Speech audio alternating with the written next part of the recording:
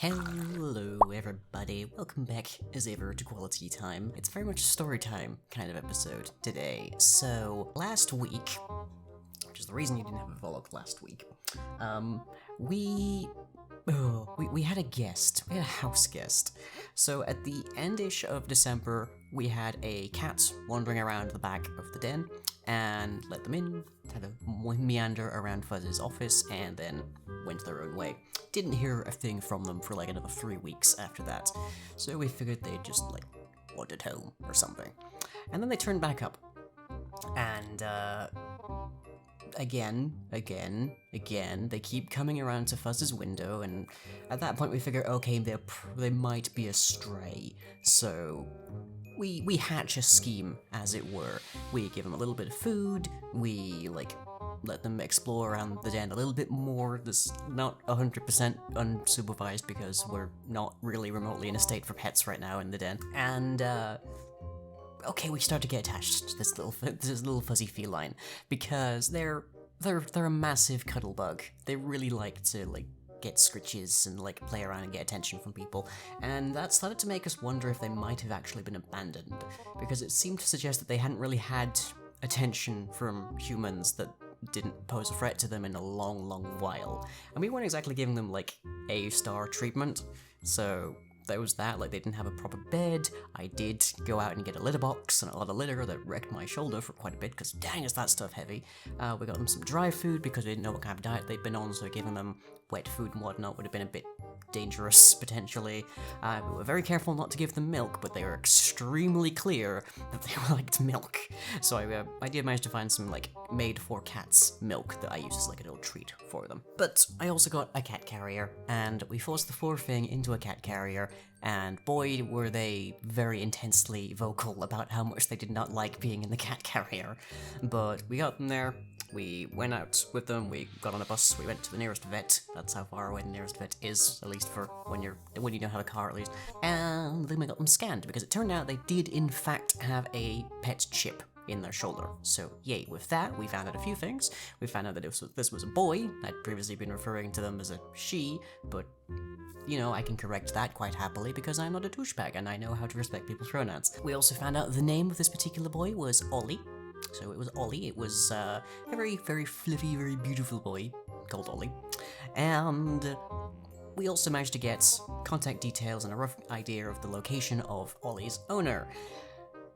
We arranged by phone call eventually to actually, like, return Ollie, because it turns out they had escaped and they were a fugitive house cat, and we wanted to make sure that they got home safe and sound, because we were not really set up at all around here for permanent taking care of a cat. This whole time that this is going on, we are anxiety-ridden. Fuzz especially was anxiety-ridden, because we had no plans to be looking after a cat this soon. We'd like to have a cat. That's actually on our, like, long-term goals, but the house is, like, 70-80% currently, like, a building site. It's not really pet-friendly, and so we weren't prepared, we hadn't really done any research, we had no intentions of having a pet of any kind at this point in time, and then suddenly there was one relying upon us to keep them alive. So, yeah, not great. And then we get one call from the owner, and then we don't hear from them for, like, a day. And we're very confused. It ultimately turned out that the owner got home late from work and didn't want to bother us, but I'm guessing they turned their phone off because we couldn't get through to them at all, not even like a message at all. So we were worried. We thought, hang on, have we just, like, rescued a cat that was an escapee but has now been abandoned? We didn't know. But we eventually got into contact with them again, and turns out they're 4 doors down from us. Yeah, literally. Like, apparently Ollie was just lucky enough to find us, like, within 4 doors of home. So, there's that. There's a possibility that Ollie had been meandering for extreme lengths and found us on the way back, in which case he got lost 4 doors from his own home, but I think it's more likely he just found us within a very short distance. He just found sanctuary within a short distance of his home, so also good, I'd say. But we eventually did get Ollie returned, and I've let Ollie's owner know that if Ollie needs more attention, or if Ollie needs to be taken care of for a couple of days, then hey, we're here. We're right next door, more or less, and we're very happy to look after him, because he was an utter delight to have around. anxiety-inducing as his stay might have been. There's the story of Ollie, the mystery house guest that we had, and hopefully we see him soon, but not too soon. That's more or less the only news that I have this week, and last week. Kind of took a lot of my time there, making sure Ollie was okay, keeping an eye on him. He spent a lot of time curled up on my lap while I was just, like, doing stuff on computer, but it made it difficult to stream, and it made it difficult to record, so yeah, there's that. One thing I have been noticing is I'm getting a lot more tech problems this past couple of weeks. I think one of the GPUs in Elemental is dying. Honestly, he's probably at the point now where he needs a massive, considerable overhaul, but that would be somewhere in the region of about £1,500, so yeah, I don't even have enough to, like, replace the GPU right now.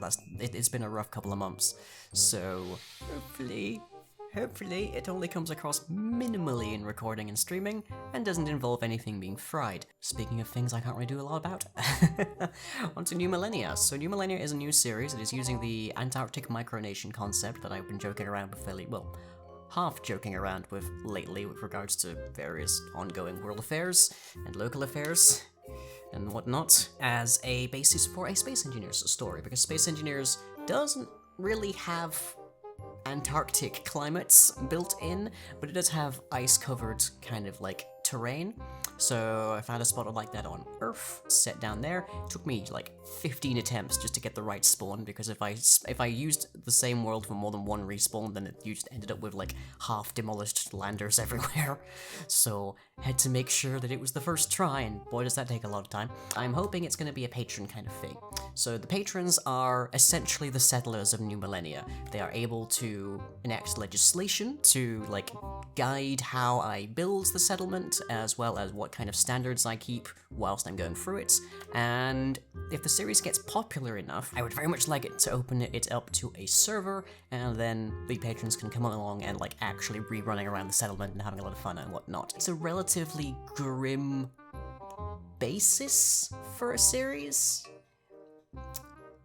despite it being modeled after reality, but I think it's relatively optimistic in general. Like, it's here is a vast field of nothing, and we're going to make a civilization that works here. We're going to band together. I think that's a very positive sentiment, and it's one we could kind of use. Doesn't mean that things will necessarily go entirely according to plan, doesn't necessarily mean it's going to be entirely realistic, because as I say, there's not really actual temperature inside of Space Engineers. If I opened up my visor in Space Engineers in New Millennia, I would be fine, despite the fact that I'm surrounded by ice and I should be freezing. It actually qualifies as being warm. Keep looking out for more of that. That's currently releasing on Fridays. If you're a patron, you get to see it on Thursdays, so hey, there's that. You also get to see Dead by Daylight on Mondays. I can't release every series I do, like, a day early for patrons, but I can release those two, at the very least. So if you're a patron, you get to see these videos earlier than everybody else. Yay! But that's about all the news I have, so on to the schedule. On a Thursday night at 9 PM GMT, we return to more midnight hunting in Monster Hunter World Iceborne. We're taking on a Velkhana, followed with Friday night on Friday at 9, where we are attempting to find the fun. Then on Saturday at 7, we are returning to Dungeons & Dragonheads, where the trio are going back into the dungeon. Followed, of course, at 9 with the Carousel. Lastly, for the week, on Tuesday at 9, we have more building blocks, where we are continuing to show off a little bit of progression with the hive rooms, and to do a little bit of modeling. And the videos you might have missed for the week. We have an episode of New Millennia, where I touch down in the frigid West Antarctic with nothing but my wits and my highly adaptable ASS. And an episode of Various Oddities Showcase, where I've cracked the problem of identifying useful rooms and structures of any shape. And boy, does that spell doom for at least one person. And lastly, we have an episode of Dailies by Daylight, where Evan visits school to work on his trapping skills. And as ever, on to the questions. As always, these are drawn from the comment section of the preceding video, so if you want to ask me anything for the next one, drop it down there. Our question of the week comes from Sawtooth44. Can the Lying Verse show up in other games? Answer is absolutely yes. It's already shown up in Space Engineers with New Millennia, and it's showing up in Dragon Age 2 in the Lost Hands, which I will be getting back to sometime this year.